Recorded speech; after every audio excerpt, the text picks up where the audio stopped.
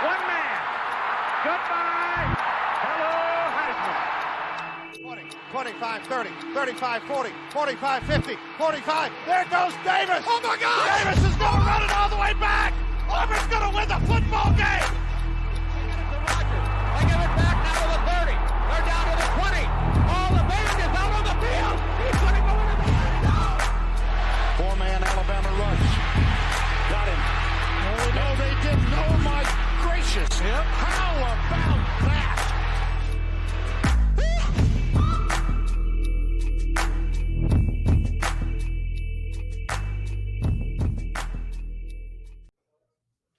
Well, welcome in, friends, to another edition of The Three Technique, a college football podcast at the intersection of the X's and O's and the Jimmies and the Joes. I'm Mitch Mason, joined by special guest Carter Yates of Dave Campbell's Texas Football. And Carter, we talk Lone Star storylines every single year. I felt like nobody better to do that with this offseason than a man who is just running all kinds of accolades now at the authority, the Bible of Texas high school football, college football now. How you doing today, my friend?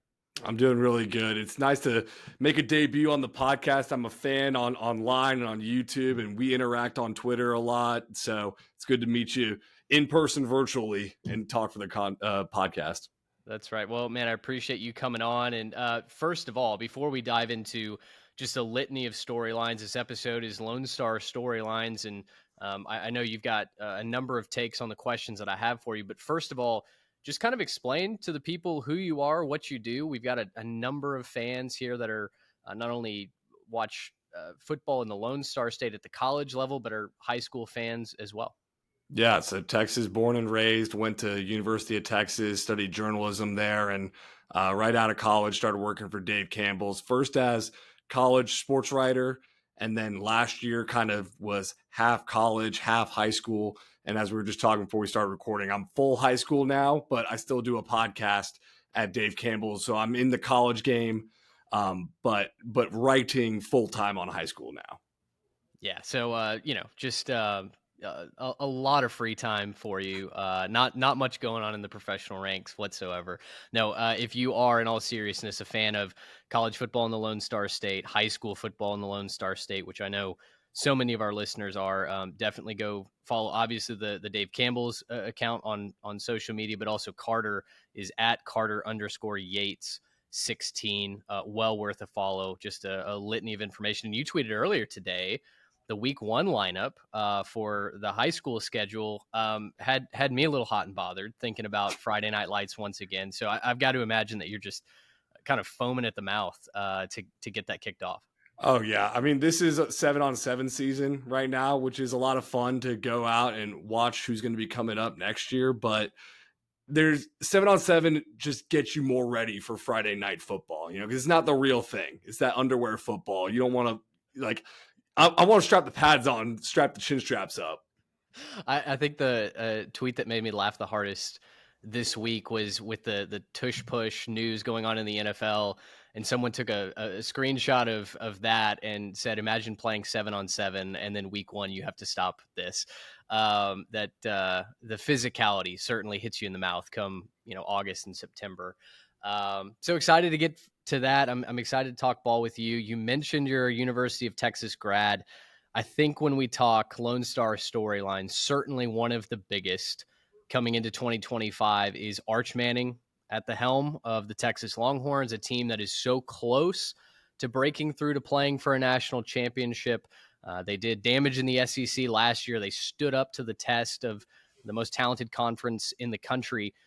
First question for you is, what are you realistically expecting from Arch Manning as QB1 of the Longhorns? I'm expecting him to be a Heisman finalist. Is that realistic or unrealistic? I don't know. It feels like everyone thinks he's a sure thing.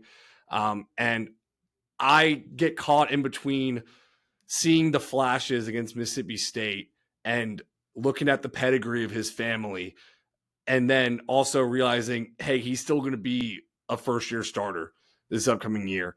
And Texas replaces so much. Like, they had 29% returning production on offense, and we can dive into it more. I actually like the running back wide receiver rooms better, but the offensive line is a concern, replacing 4 or 5 starters. And I'm caught in between. Arch is much more mobile than Quinn Ewers, which I think will help him, but it'll also hurt him because I could see him taking like 10-yard sacks multiple times as just like a first-year starter again, because you saw it when they threw him in for the Georgia game. And yeah, Quinn wasn't doing great. He was getting sacks, and then Arch comes in, and it's like, oh my God, that's an 18-yard sack right there. Yeah. So there'll be those growing moments, but I think overall his ceiling is much higher than what Quinn Ewers had with this offense. Yeah, I think his athleticism, to your point, is a double-edged sword, but when he learns how to use that, and as that offensive line hopefully progresses as the season goes along, I should say, I think Texas's ceiling is just massive. Now, I put this question out on Twitter actually about 30 minutes ago, as I was kind of preparing for our interaction in our episode. There's a lot of talk about whether or not Arch Manning is kind of one and done as a starter on the 40 acres, or if maybe his pedigree, his situation, coming from the Manning family where they're not really maybe in a rush to get him to the NFL. They kind of understand what his future is and could be. Do you see Arch as more of a one and done at Texas, or do you think that he will maybe play multiple years for the Longhorns? I think he has a bit of a luxury of one coming from a very generational wealthy family. And also you can make a lot of money in NIL now. Sure.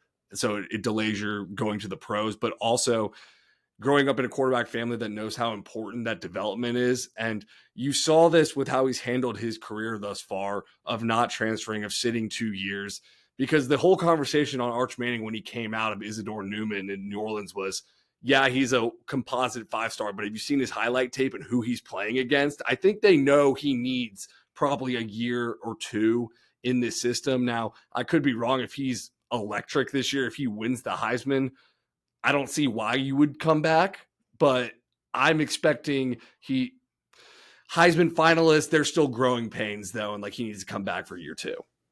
So if Arch is a Heisman finalist, does that automatically mean that Texas is the SEC champion, that they're one of the top seeds in the playoff? Like, talk to me about, you mentioned the growing pains, maybe the offensive line, but you love the weapons that they have on offense. It's obviously a very talented defensive unit.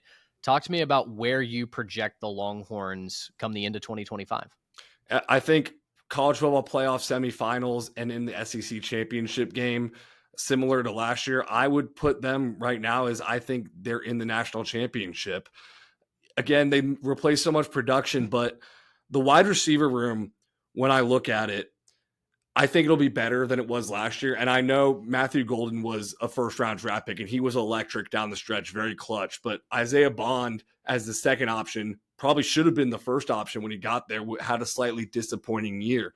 And Ryan Wingo is a guy I'm really high on, and I know a lot of people covering the program are. They believe he comes out of that same recruiting class as Jeremiah Smith and Ryan Williams, and he doesn't have that production yet, but it's because he hasn't really had the chance to showcase it. So if he makes that leap, and I know it's a huge if, right? This is like total fan fiction for Longhorns fans. I'm talking about Arch as a Heisman finalist and Ryan Wingo as making a Jeremiah Smith leap. I promise I never do this, guys. I'm usually very reserved about Texas if you listen to the Republic of Football podcast. You are. But then I see like Emmett Mosley from Stanford, Parker Livingstone. He's 6'4" guy. He's had a really good spring. One of my friends is on the message boards for Texas, and he said that DeAndre Moore Jr. got LASIK surgery, so that'd be huge. Like, I think when you look at the receiving core, they're all like 6'2" and above. They're all like trucks out there. And Quinn Ewers' receiving core with Xavier Worthy, A.D. Mitchell was 6'4", yes. But then last year with Isaiah Bond, Matthew Golden, Silas Bolden, they're all like Ferraris. And they're all quick, short passes, more like West Coast offenses. But I saw Eric Henry at 247 Sports when he was on the Cover 3 podcast. He was talking about when Arch Manning started against Mississippi State, Sark's unleashing the ball. Like, he's throwing deep balls constantly. And you know that's been a part of Sark's offense that's been missing. And so I think they can get that with Arch Manning. And then I like the running back room better. Just CJ Baxter was injured all last year. And you saw where that they could get to the college football playoff semifinals, but once it comes to shove against Ohio State on the 1 yard line and they got to run that rinky dink pitch play, it's because CJ Baxter's not there. So I like CJ Baxter and Trey Wisner more than I liked Blue and Wisner. How not to dig up old wounds, but how much did that pitch play hurt your soul as a guy who clearly appreciates being able to line up behind an offensive line and just get a couple of yards? Yeah, I didn't hate the play call so much. I hate why he had to make it. Yeah, I agree that Texas was physically not as dominant in the run game because of the injury to CJ Baxter. And I see why he had to do that and figure something else out because he'd already gotten stuffed twice. So it more pained me that they had to make the call than that he made the call, if that makes sense. Yeah. So let's flip it over to the defense quickly.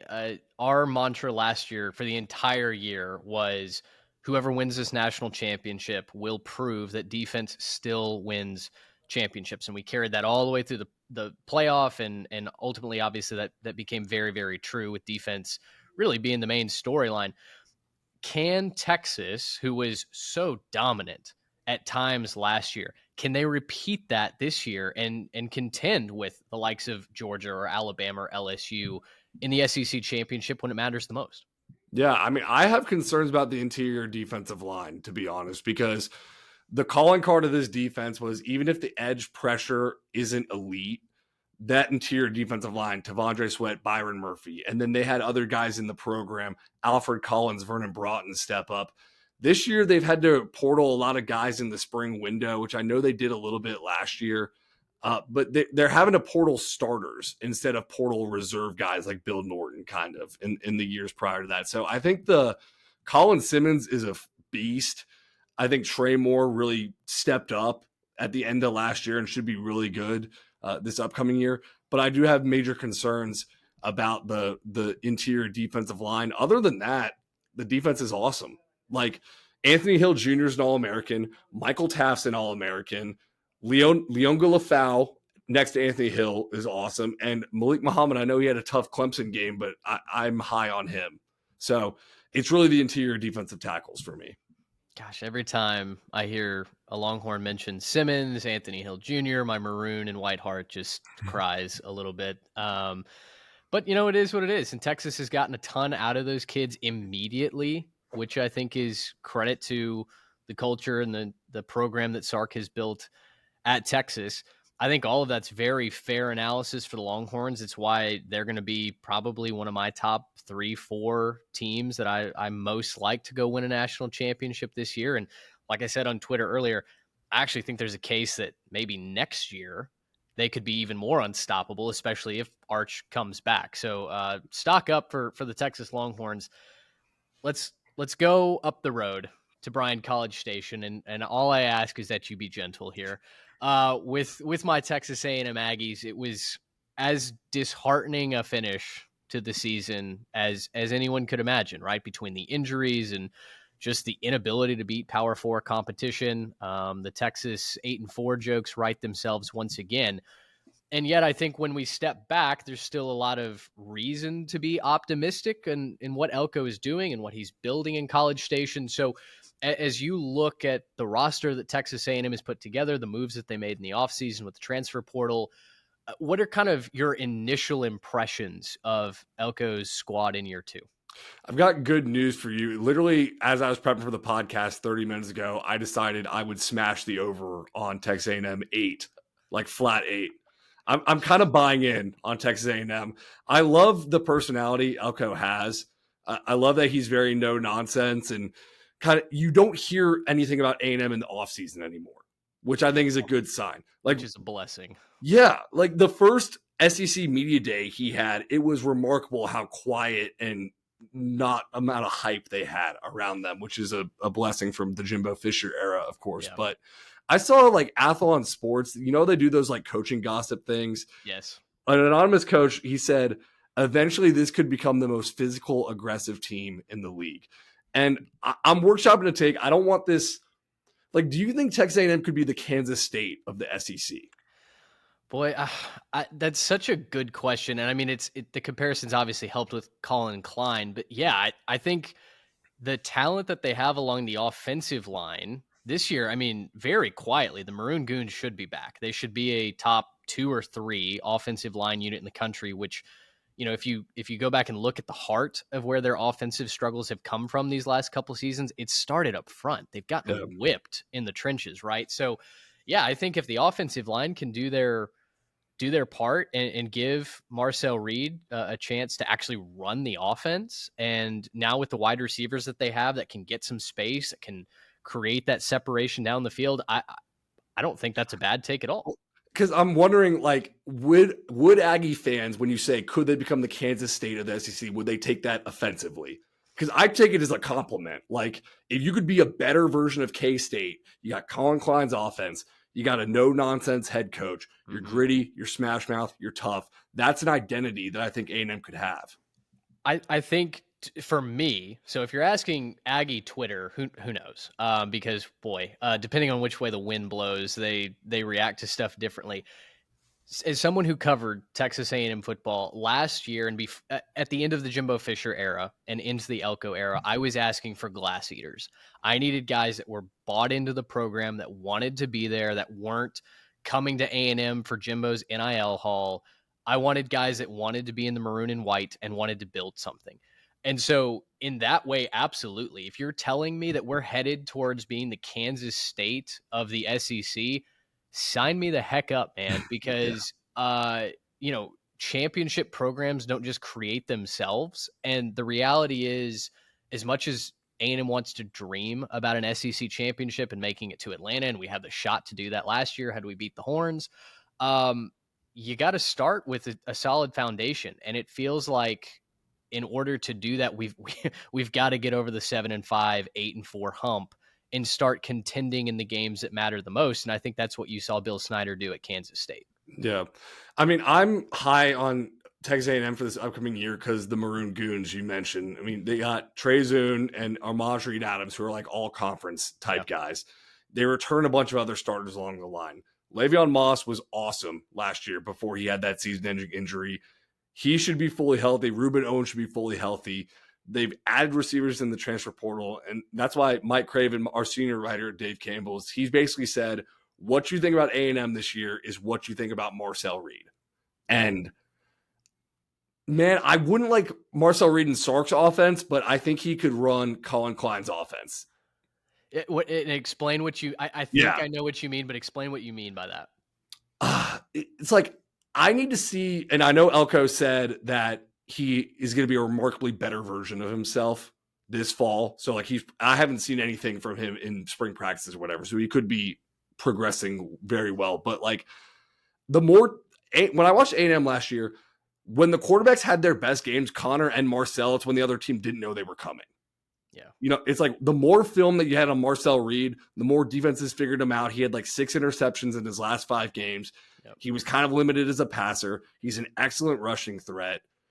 So when I like him in Colin Klein's offense as that third rusher you could have behind those 2 running backs, I think he's a really good passer, but he's not like an air raid guy where you need him to throw to win the game. Like he's sure.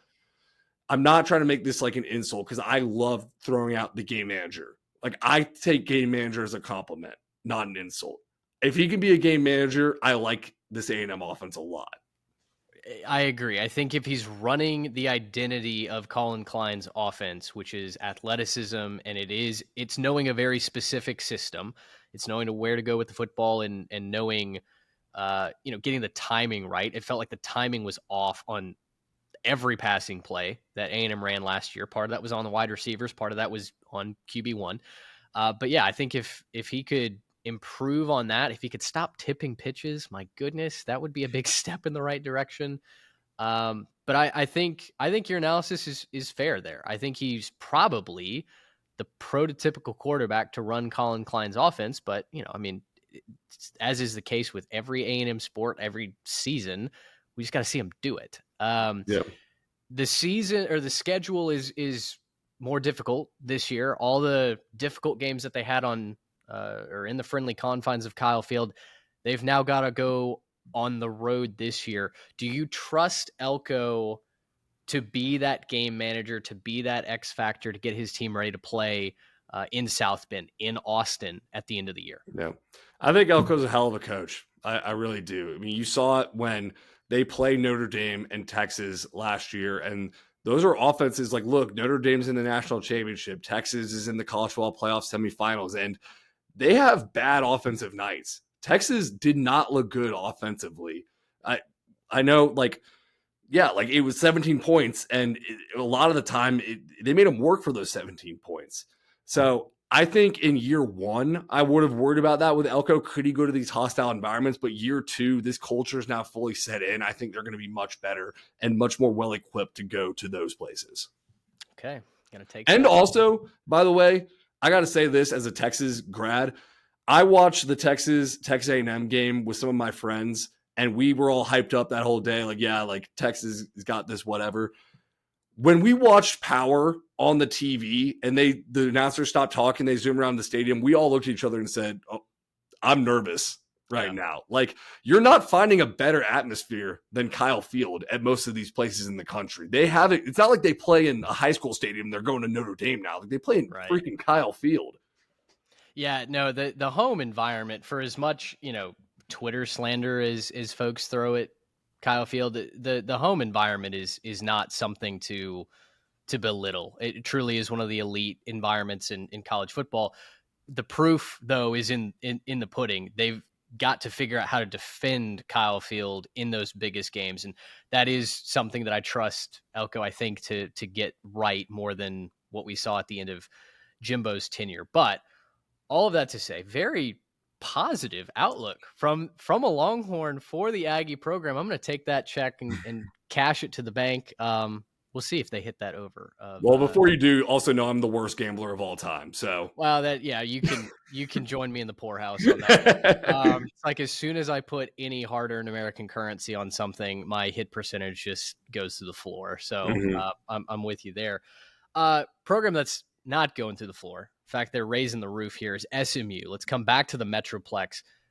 Carter, SMU made the college football playoff last season. I feel like a lot of folks have kind of already forgotten that. It's easy to dwarf SMU with the bigger programs in Texas and Texas A&M. They're going to steal a lot of the headlines.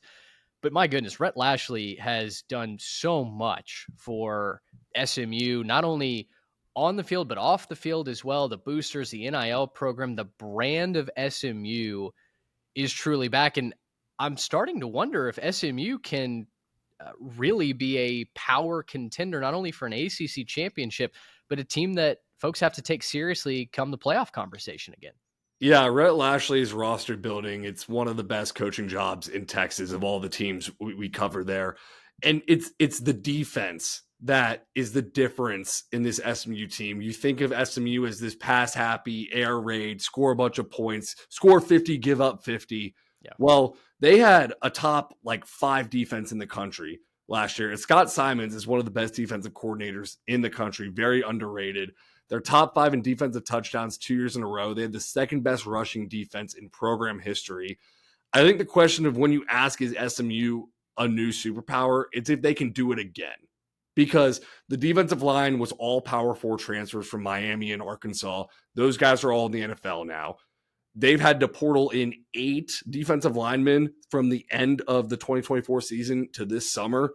So there's a clear strategy they're going with. But Isaiah Smith at D end is a returning guy they're super high on. Terry Webb from Texas State, Mike Craven put him as an all-Texas performer in the magazine last year. They're high on that guy. But they also lost their 2 linebackers, Kobe Wilson and Ahmad Walker. If SMU, I'm not even saying they have to make the college football playoff again, but if they go 9-3, you're starting to see, okay, the wheels are turning here. This is turning into what was a sleeping giant for a long time. Now it's awakening. I agree. I think a lot of the ingredients are starting to align and solidify, right? Can they do it again, though? I agree, is my biggest question for the Mustangs as well. What do you think about Kevin Jennings and his progression as a passer, in that what do you need to see from him this year? Because the turnovers really plagued SMU down the stretch when they were in those championship style games, Jennings obviously has a decent floor. There's a reason why they benched Preston Stone and went with him behind a struggling offensive line last year. But are you of the mind that he has another gear that he can reach, or have we kind of seen the best of KJ? I think Kevin Jennings, does he have another gear? No. But is his next gear just not having two of the worst passing games he could have, like against Penn State and Duke? And then they'd be great. He is a gamer and a baller, going back to South Oak Cliff, winning the first DISD state championship since 1959 or whatever. It was an insane drought he broke. Yeah.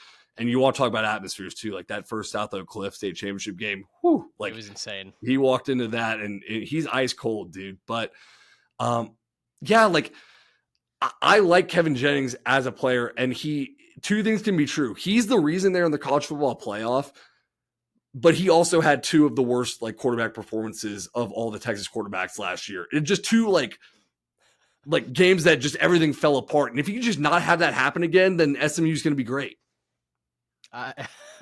You might not be putting it strongly enough. How many turnovers? It was 5 interceptions against Duke. Yeah, so right? Duke was 6. Duke was 6 turnovers, which I don't know how they won that game. Still, it was unbelievable. Shouldn't have. Absolutely. And then Penn State was like 3 interceptions right off the bat. Yeah, early. Yeah, and it was the Penn State one was like pick 6 right away, and then another pick on the next drive, and then they had like a drive that was going well, and you're okay, Kevin, you can shake it off, and then he tried to throw a screen pass that got just tipped by a defensive end, and it's like, dude, it's just not your day. Like It's just sometimes it happens. Yeah, absolutely, especially in that environment. Capping it off on SMU, success for them is what exactly? Going 9-3? Where do you kind of put your personal bar of SMU had a successful season, SMU disappointed me this year? 8. If they went, and of course context is everything, it depends on how it goes, but like 8 to 9 wins, I'm thinking that's a really successful season. I don't think they're going to get the college football playoff again, personally. But if they're in the hunt, sniffing around, I think they have their roster. When I look at it, I'm more down on it than I was last year. But I am still buying stock in Rhett Lashley in this program long term. Sure. Yeah, it feels like this year maybe is a market correction a little bit, because we know that, stocks don't just go parabolic forever, but I agree. I think if you're buying this program, you're going to be better off than selling it. Their schedule, just for reference: East Texas A&M, Baylor, at Missouri State, at TCU for the last scheduled time, right? Yep. Yeah, this is the last Iron Skillet game. Absolutely hate that. Syracuse, Stanford, at Clemson, at Wake Forest, Miami. Glad to be a season ticket holder for that one. At Boston College, Louisville, at California. So, getting Clemson on the schedule this year in the regular season, that's not going to be easy. Baylor and TCU, probably not going to be, cakewalks either. I'm high on the Baylor Bears, and we'll talk about them next. But yeah, 8-4, 9-3. I think you can pat yourself on the back if you're SMU. When you look at the schedule for SMU, though, and you question, is SMU a superpower? They're scheduling like one, in my opinion, for their later games. Because, so you mentioned the last Iron Skillet, SMU and TCU. And one of my favorite stories I've seen Dave Campbell's do since I've been here is Mike Craven's column on the Iron Skillet going away. He basically calls out, like, TCU says they're ending it. They were the ones who put it on pause because they want to give their season ticket holders more home games, which is basically thinly veiled for we want to schedule easier games so that way our college football playoff chances are better. And oh, by the way, now they did pause it before SMU went to the ACC, and granted TCU fans, SMU was not good for a long time while TCU was good. So take those caveats as you will. But they also don't want to play a rival when they feel like they only have stuff to lose and nothing to win. And since then, like, look at the 2026 schedule. TCU's playing Arkansas State. Who's SMU playing in 2026? Notre Dame. Yeah. They also just scheduled LSU. Yeah.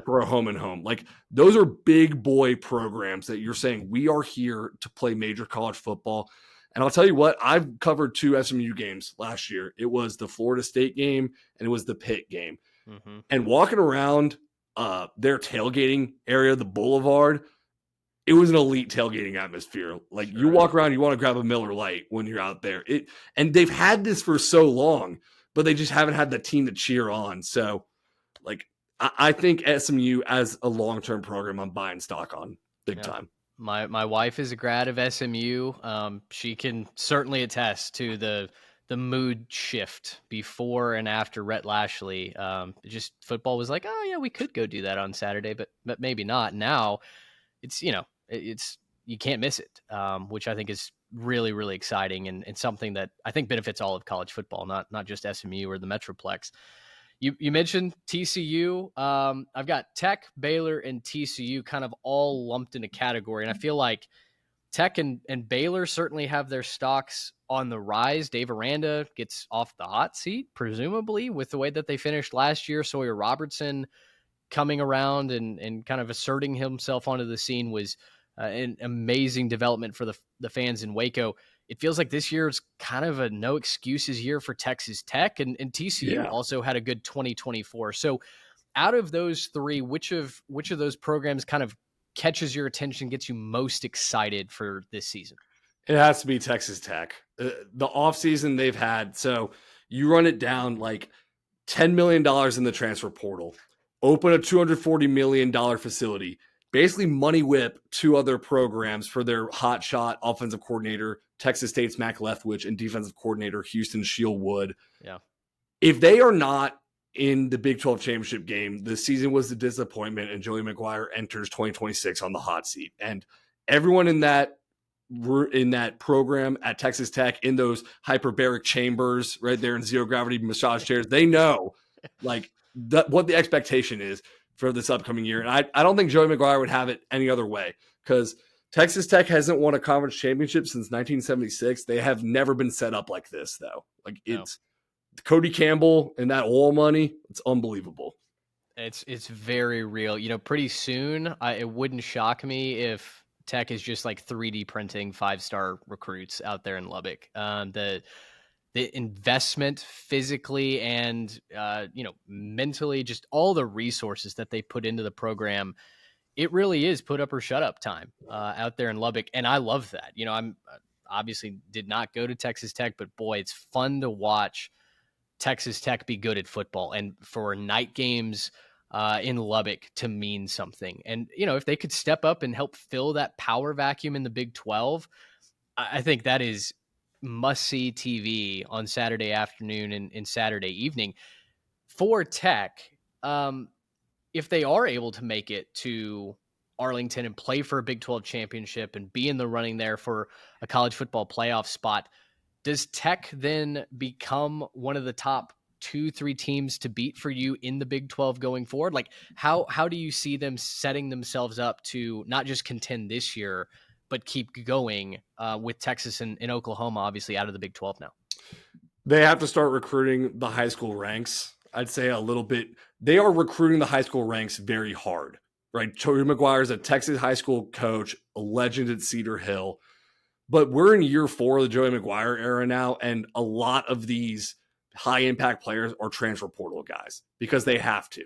The homegrown guys that they've gotten from the high school ranks have not panned out how they would have wanted. So for Texas Tech to have staying power, this transfer portal strategy they have needs to be the stopgap. Mm-hmm. Because that defense last year, like Craven said this on our podcast we just did this week. We also do a coach's gossip type deal for our magazine. He wrote the Texas Tech preview. Multiple coaches told him Tim DeRuyter, the defense coordinator, gets fired because the personnel was not there. They were like, that's not a coaching thing. Like they just did not have the dudes. Yeah. No, I think just watching that, it was very, very obvious that defense let everybody down last year. It felt like there was such a wave of momentum going into the year.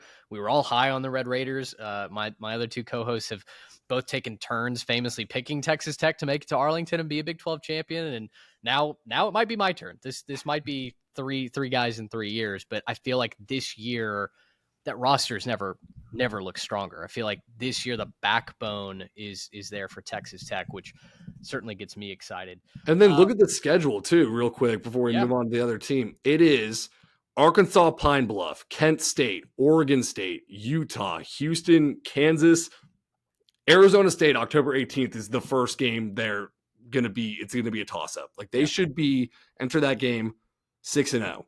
Sure. Absolutely. The runway's there. The runway to actually have the Big 12 run through Lubbock is there this year. And I'm going to be fascinated to watch Baron Morton, how they replace Taj Brooks in the running game. Obviously, again, through the transfer portal, the name talent is there, but how does that offense assimilate, and can the defense take a step forward? Those are my big questions as well. If you've got notes on Baylor, TCU, feel free to fire them off. Otherwise, I'd love to go down south to Houston, where, gosh, it feels like the Cougars, after being just kind of identityless at the end of the previous administration, it really feels like they're going in the right direction with Willie Fritz. Yeah, 2 quick notes on Baylor and TCU. Baylor, everything on paper says that they should be Big 12 championship contenders, and I'm just scared to death to pick them as that because Dave Aranda seems like he either exceeds or falls under expectations. Like he never hits the expectation. So no in between. Yeah. TCU needs to find a running game for Josh Hoover. You talk about people so like, hey, Josh Hoover throws too many interceptions. Like, yeah, because they have no running game. Like he has to do everything. So I think Texas Tech is being slept on. It made no sense to me that the over-under for Texas Tech, TCU is being slept on. Yeah. It made no sense for me that the over-under for TCU in Houston was the same at 6.5. That makes no sense to me. So now let's go to Houston. So I'm a huge Willie Fritz guy. I think long-term, he's great. I don't see this line is so baffling to me that I'm ready to go over 6.5 because I thought it was a typo and it doesn't make any sense to me. Well, it started at 4.5, and I think it's been bet up to 6.5 because when I saw it open at 4.5, I metaphorically jumped on that over, saying, "Yeah, they can. I think they can get to a bowl game." Over 6.5 with the schedule and so many new pieces. I agree. I'm like, oh, okay, well, hold on. Yeah. What do you think about Connor Wegman at Houston? Do you think this is going to work? I hope so. Connor is such a good dude. I was heartbroken that it didn't work out at Texas A&M. Not only because the output that we saw and it resulted in some bad games offensively for my Aggies, but Connor's a guy that he wants it so badly. He puts in the work, and to come back from the injuries that he'd had, gosh, it felt like there was a special season brewing, and then he goes down just on an unblocked blitzer against Auburn when he first got to College Station.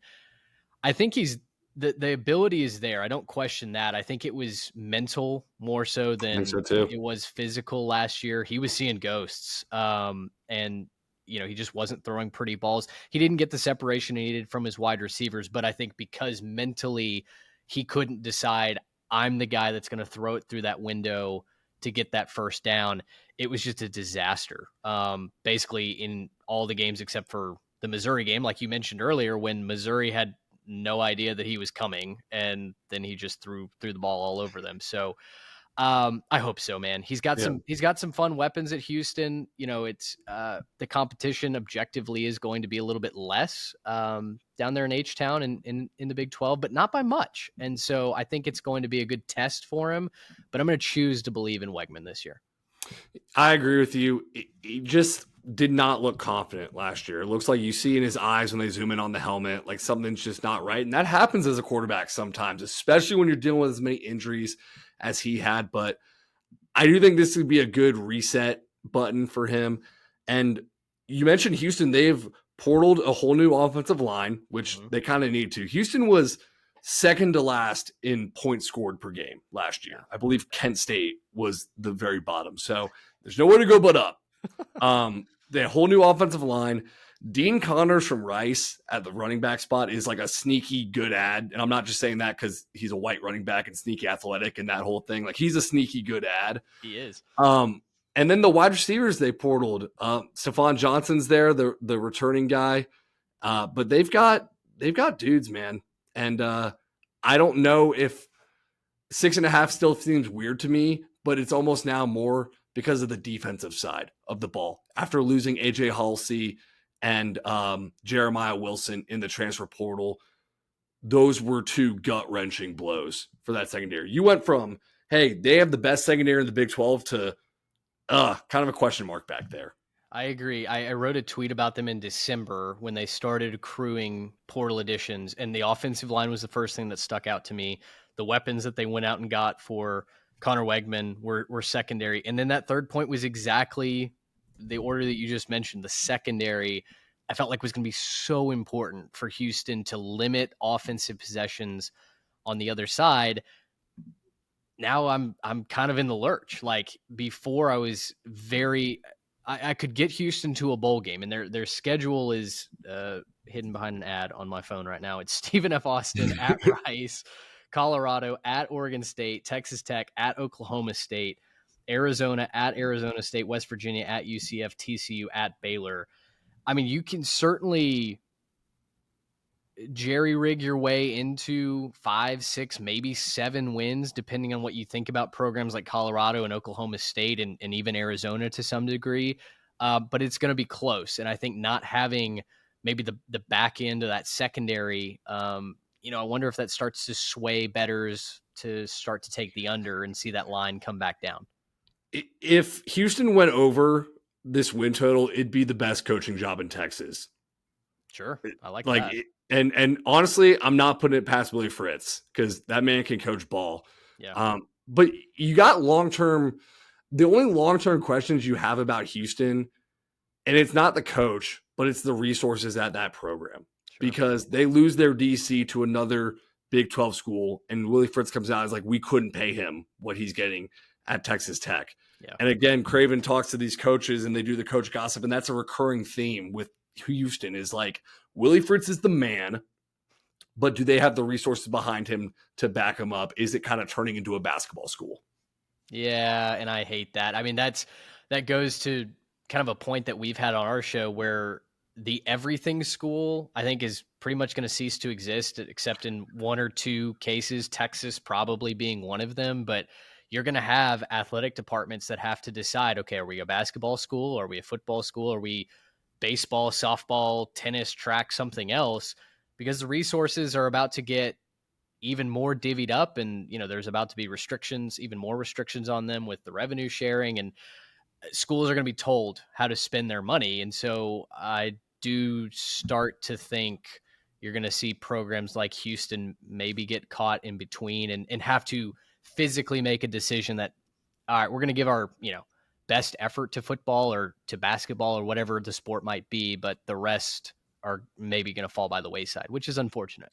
Yep. And it's just the current reality of college football and a lot of that stuff happening around there. But yeah, I mean, there are pieces of Houston I like a lot still. Look, Latrell McCutcheon at quarterback is great. Willie Fritz has described him as a potential Sunday type player, and Willie Fritz was a defensive back by trade. Mm-hmm. And then the wide receivers, I know I glossed over them, but Harvey Broussard and Amari Thomas are 2 guys who could make a big impact as transfer portal pieces.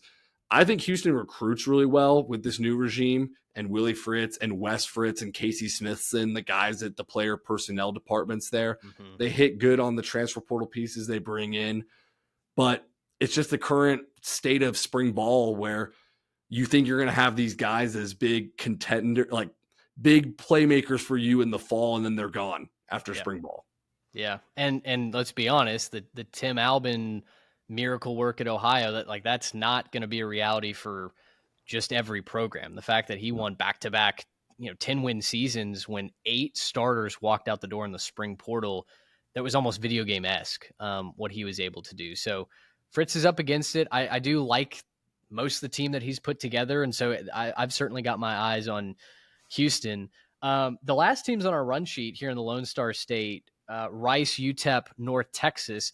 I think North Texas certainly is the outlier of those, where there seems to be a higher ceiling for the Mean Green maybe than Rice and UTEP. But I group those teams together because they just traditionally don't have a ton of success on the football field. You talk about resources at Houston. Those are certainly 3 programs that are playing behind the 8 ball when it comes to football. They're going to have to outwork everybody.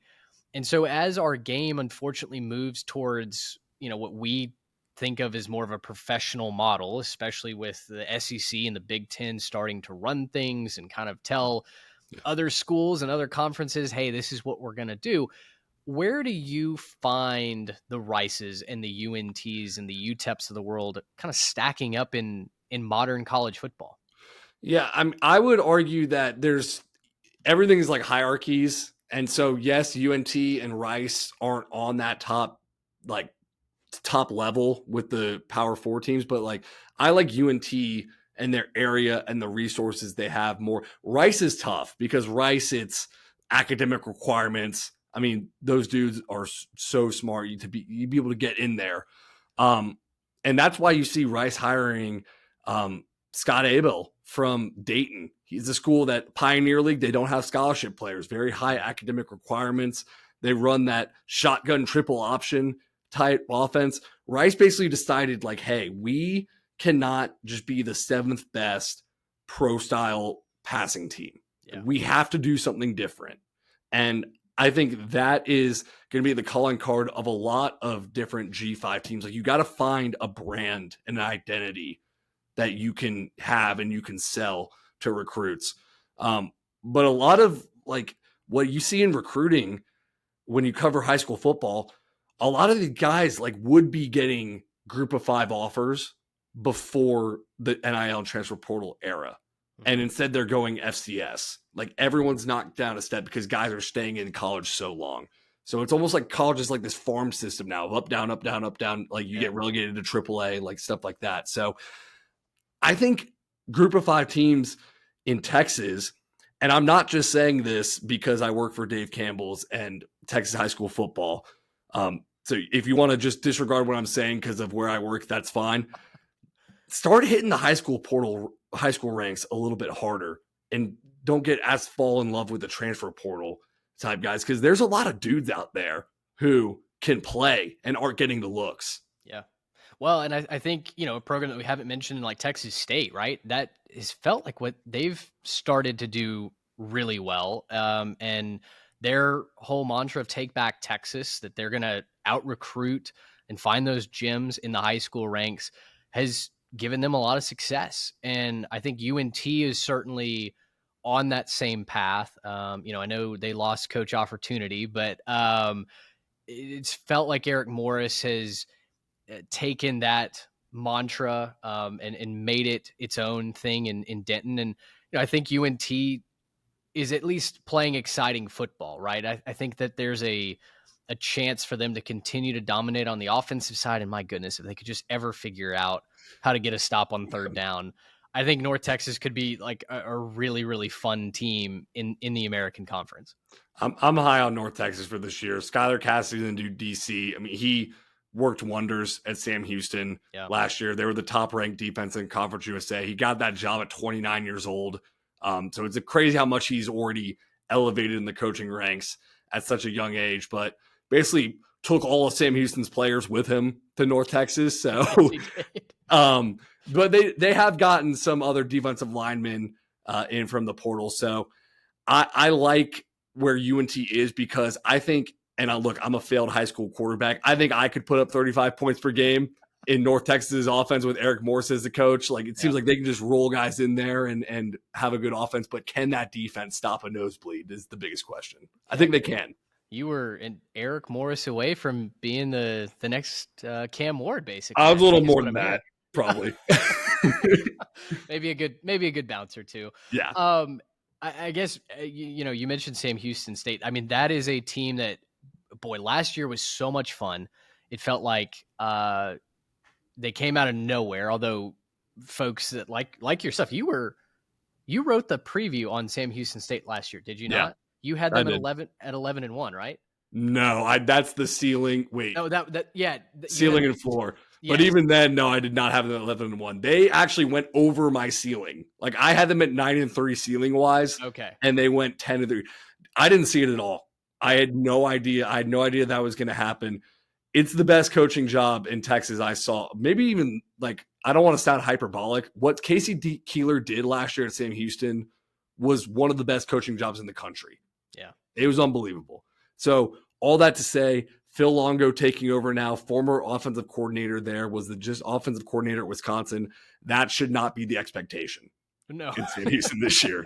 No, definitely reel in those expectations. It is funny though. I remember reading your preview of Sam Houston State. I was on a beach on my honeymoon going, should I be buying Sam Houston State stock this season? And to see what they did, I was like, you know what? Carter was cooking something with that last year. So yeah, reel in the expectations this year. But I like Phil Longo getting a shot. We'll see what he does with it. Obviously the dairy raid didn't exactly work out at Wisconsin, but a guy who has an offensive mind.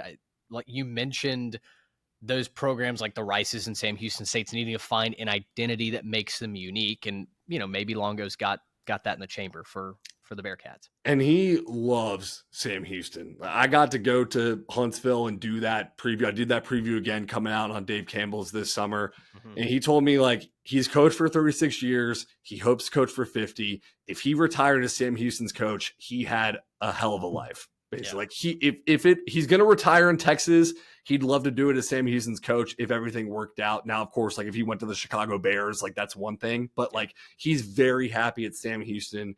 He has a ton of friends there. He left Sam Houston, but like his heart never did. He basically was in Wisconsin team meals, like breaking the no phone policy to watch Sam Houston's football games. So man, he loves it there. And I think that's something that really stood out to Sam Houston too, because a lot of times coaches like try to use everything as a ladder, and they're here for, hey, a couple years, let's turn around one good season and get out of there.